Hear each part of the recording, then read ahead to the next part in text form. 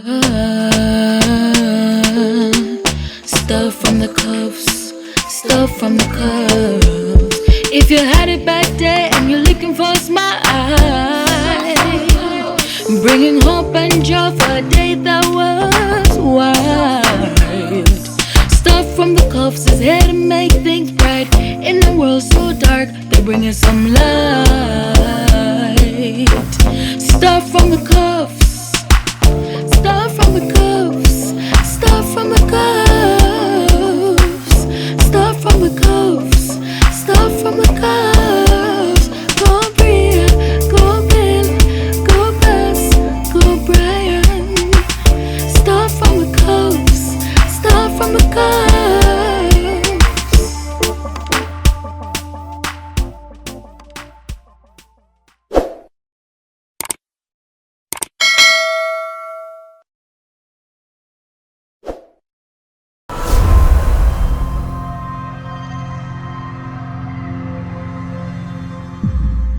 And now for your feature presentation. All right, no, that's not gonna work. Welcome back, guys, to Stuff from the Cuffs. Two people, one man, one woman, coming together to bring you stuff from the cuffs.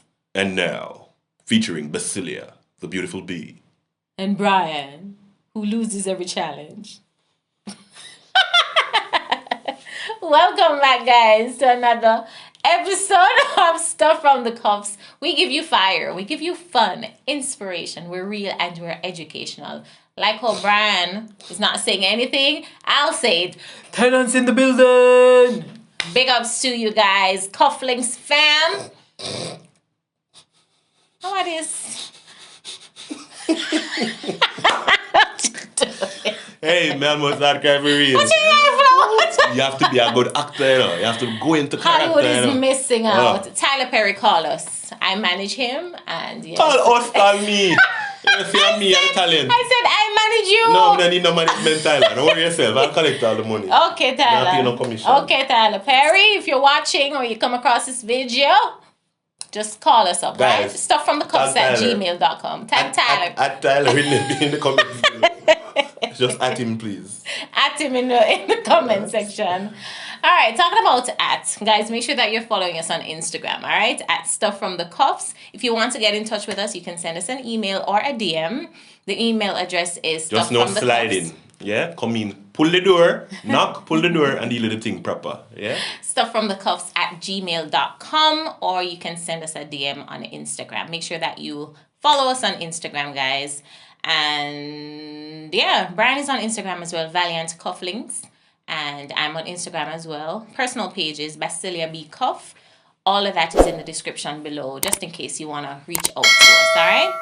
So this is part 2 of our difficult questions that persons may have and may be afraid to ask in relation to marriage. We did part 1 already. So if you missed that, I'll have it right up here so that you can click on that first and then you come back.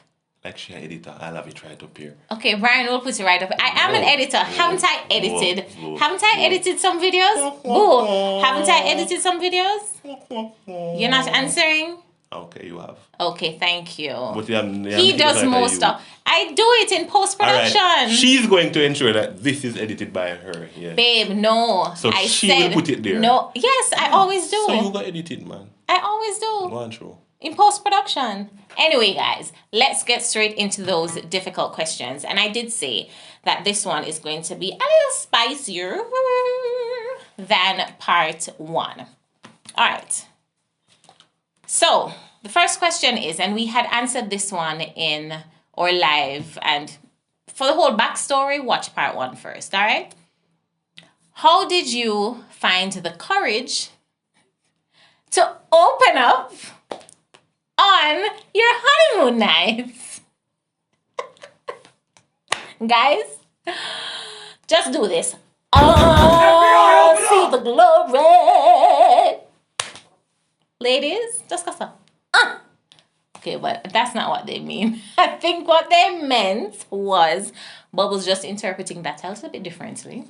But what they were really asking was, how did you find the courage, you know, for those who are virgins and those To drop who all the are not. inhibitions. Right? To, be completely Vulnerable and right, in front of your now to be husband. bare. You To drop be it bare, all. Yeah. to be Literally vulnerable, and, to yeah. To let go all of your fears and your insecurities and your doubts and what you don't like about your body, yeah. what you don't really want him to see, so you ask him to turn down the lights, or turn the off whole, the or turn off the lights, or lights. leave the room until you come back out of the bathroom and under the sheets. Yeah, there are so many things that come into play, on that honeymoon night, because especially for us, we never knew what to expect, really. I mean, we've read books, we've spoken to people, whatever, but we never really knew what to expect. So how did I find the courage to open up? First of all, I'm going to say, a joke. First of all, I was very comfortable with Brian. And after dating for 4 years, honestly, guys, there was nothing else that we could do, right? But Because guys, you see, she just saw me and melted. I just stepped out when she saw me in my wedding suit. She was like, yes, that, but other things too.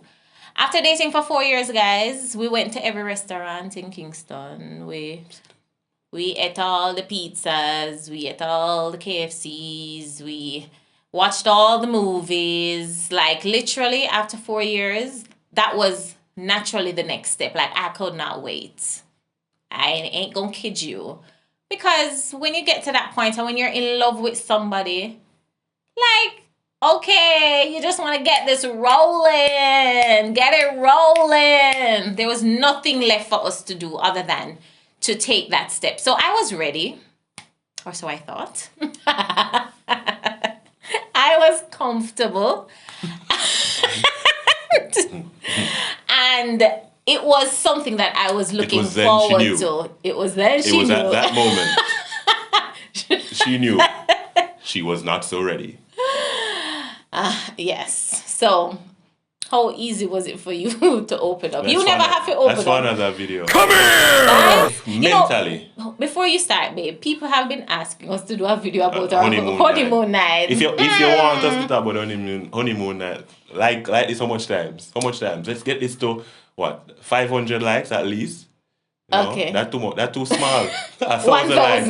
And 500 video... comments. And Samik, you can write, hello, I am here. No, that don't work. Okay, so we got married as virgins. For those of you who are new to the channel and you haven't watched that video, you need to go and watch that video.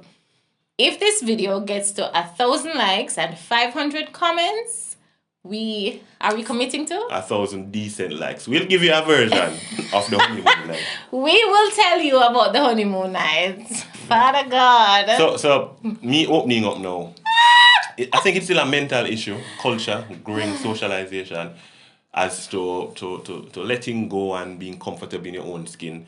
The men who generally in our Jamaican culture, we'll be preparing physically. So there's no more bag juice drinking or no Kool-Aid and soda. You start preparing physically, start drinking all of the roots and the power drinks, and because your culture that you must mash her up, or your culture that you must leave an impression that she should be scared, or that she should be scarred at the end of the night. So you try to open up in that area where you're ready to face what is ahead of you physically.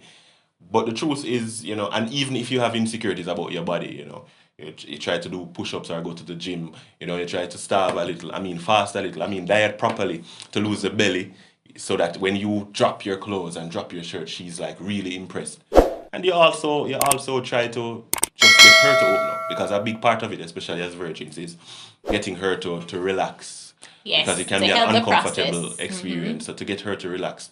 So it's not easy. At the end of the day, that is the answer. It's not easy. But it becomes easier when you have a relationship, a friendship, and you have been comfortable around each other in any different situation. Basically, the good, the bad, the ugly.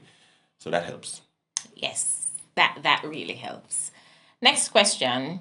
For those of us who have been cultured to think that sex is quote unquote nasty, how do we get over that in order to enjoy sex in marriage?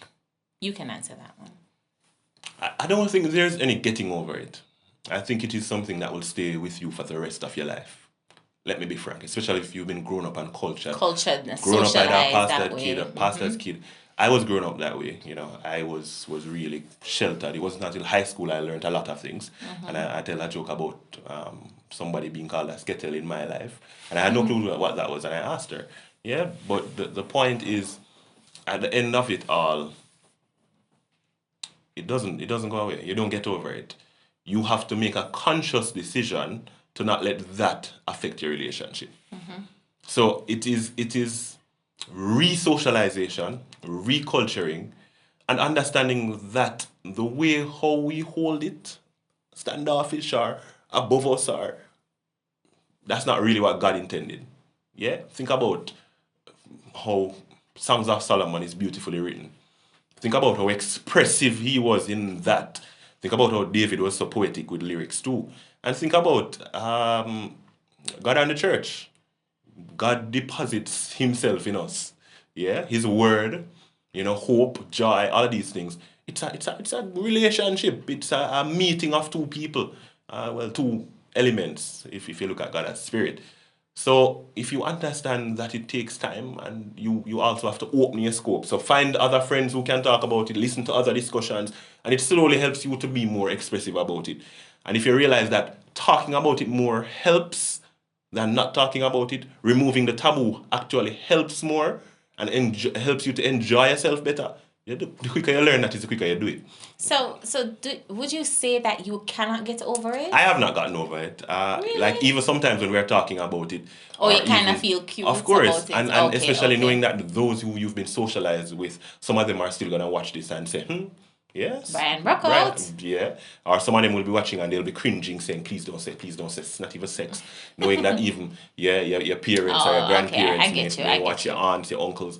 You know, you'll never get over it. And some people will message you and say, you sure you should be talking about that? Are you sure you want to be saying so and so? Yeah. When you realize that it actually helps more than it hurts, it's because we've been cultured with it the wrong way. You know, we see it as wrong, as ugly, as nasty. Versus the beautiful thing that God intends for it to be. So it stays with you, but you sort of, every time you hear the voice in your head, you just say, all right, go around here so till me done.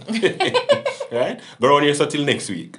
Yeah, but I don't think you'll ever get over it. All right, so for me, in relation to that question, as Brian said, the thoughts I think will probably She created two personality, Bubbles and Basilia. Basilia, Bubbles. But yeah, sorry. Yeah, the thoughts may linger, right? The thoughts may linger, but for me, it was a matter of re-socialization, and I chose to stick to this new socialization. First of all, hearing that it was nasty or all of that came from other persons outside of my family, my immediate family, meaning not my mother, not my father. So my parents actually socialized me a little bit different than what others outside, maybe others in the church, were saying. And so while I used to hear all of that, I used to also get some positive reinforcement about what marriage is, what sex in marriage is, and all of that. So maybe I wasn't socialized that bad like you.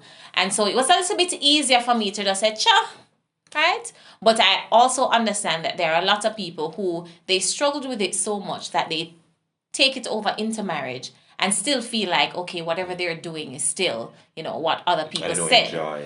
Right. So I think it's just a matter of re-socialization and understanding this beautiful gift that you've been given by God to procreate, enjoy yourself.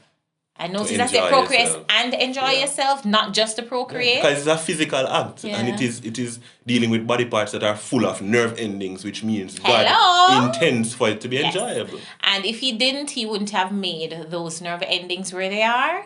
And so I believe that God beautifully designed this for our human state.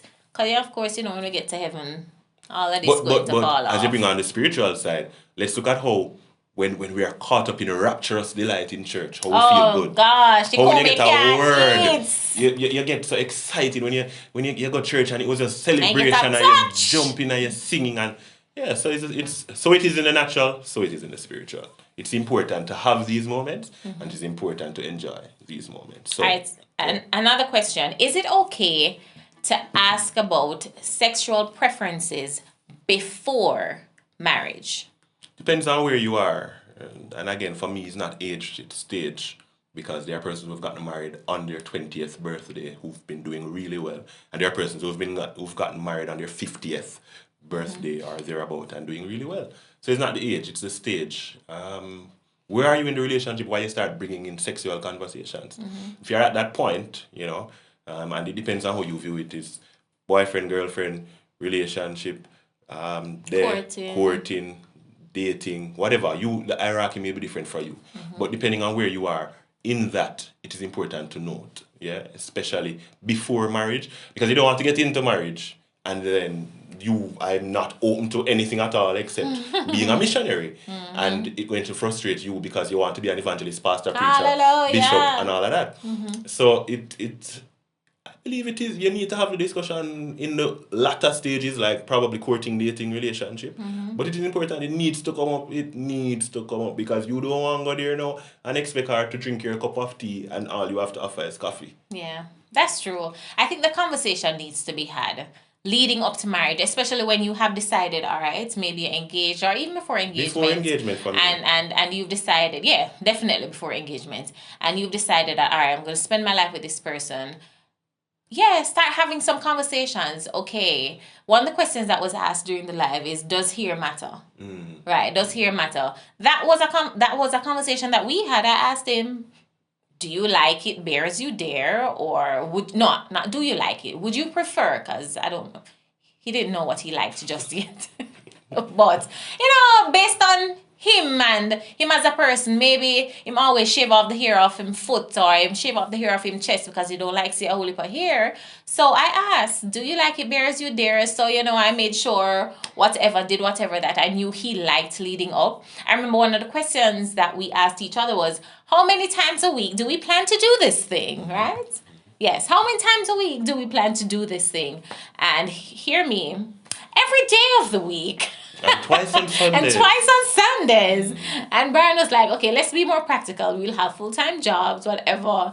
Yeah. And of course, when you're on the honeymoon, you can do anything and everything. No 3, 4, 5, 6, 7, 8. But when the responsibilities hit you after, you realize that, okay, not saying that it cannot happen or it doesn't happen or it didn't happen for us. But we had little conversations about what we are expecting. All right, what kind of contraceptives are we going to use? Are we going to try this? Are we going to try that? Yes, we had fun with those conversations. And talking about it and doing it are two different things.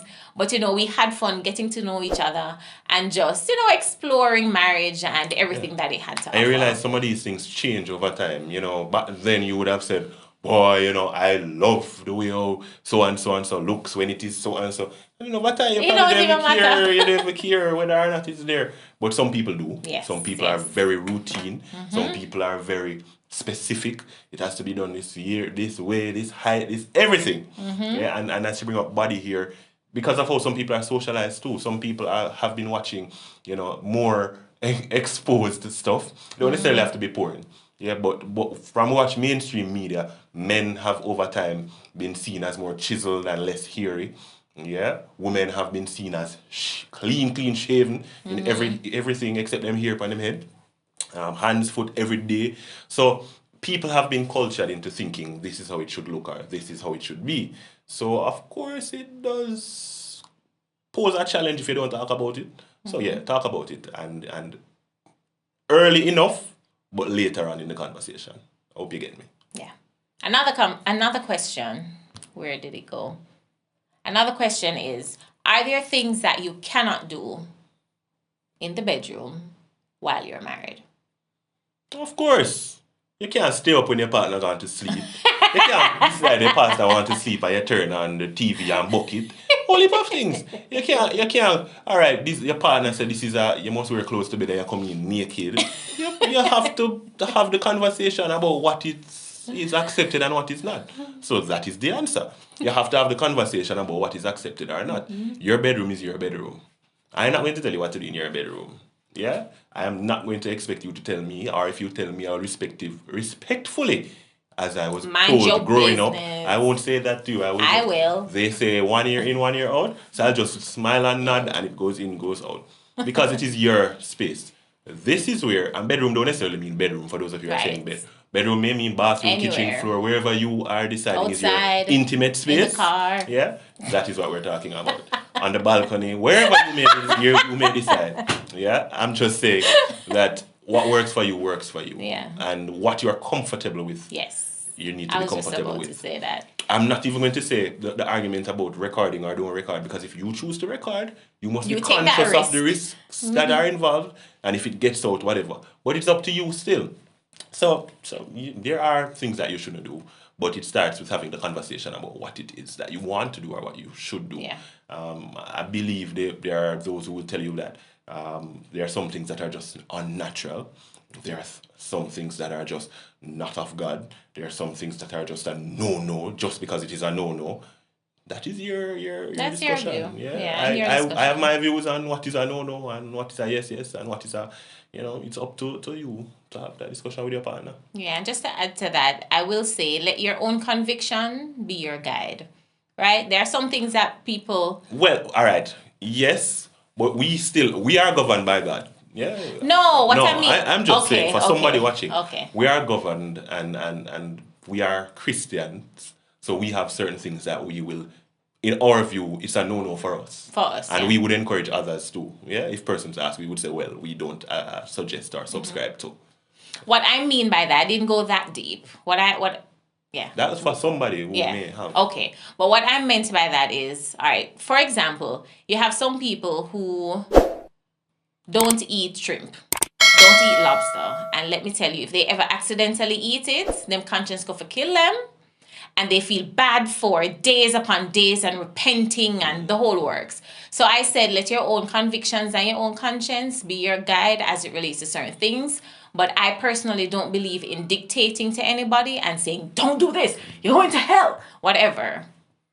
Have that conversation and decide what is a yes for you inside the whole scope of marriage. All right, one more question before we wrap this one up. All right, so this one says, when is a person too old to have sex? That is probably a biological issue in terms of what the doctor may say or not, depending on the risks that may be involved, depending on your body type, depending on whether or not you're able to and how well you're able to. You may have a heart condition. That is depending on a doctor and your personal choice. I don't think there's any age. If you're 100 and can still get it up, get it up. And if you're 20 and you have issues, you have issues. Then you just have issues. So for that question, and that's the one that we're going to close off with, I don't think there is any age to put to it. You just have to know your physiological and your biological capabilities. Take some shorter ones, man, quickly. Okay. Right. How important is sex in a marriage? Very important. Very important. And sometimes people think it's only for the man. It's for the woman as well. In my estimation. Yeah. I will say that for me, yes, it's very important. I mean, it is one of the fundamentals of a marriage. It is one of the principles that, you can't even consider it a marriage if you don't consummate the marriage. Yes. So, yeah, I mean, that's one of the reasons. You have fellowship, you have companionship, but sex is a part of it. Mm-hmm. Make sure that you hit that subscribe button before you go. Like the video, leave us a comment, and tell somebody about Stuff from the Cuffs. We'll be back with another video soon. Go Bria, go Bill, go Bess, go Brian. Stuff from the Cuffs, stuff from the Cuffs.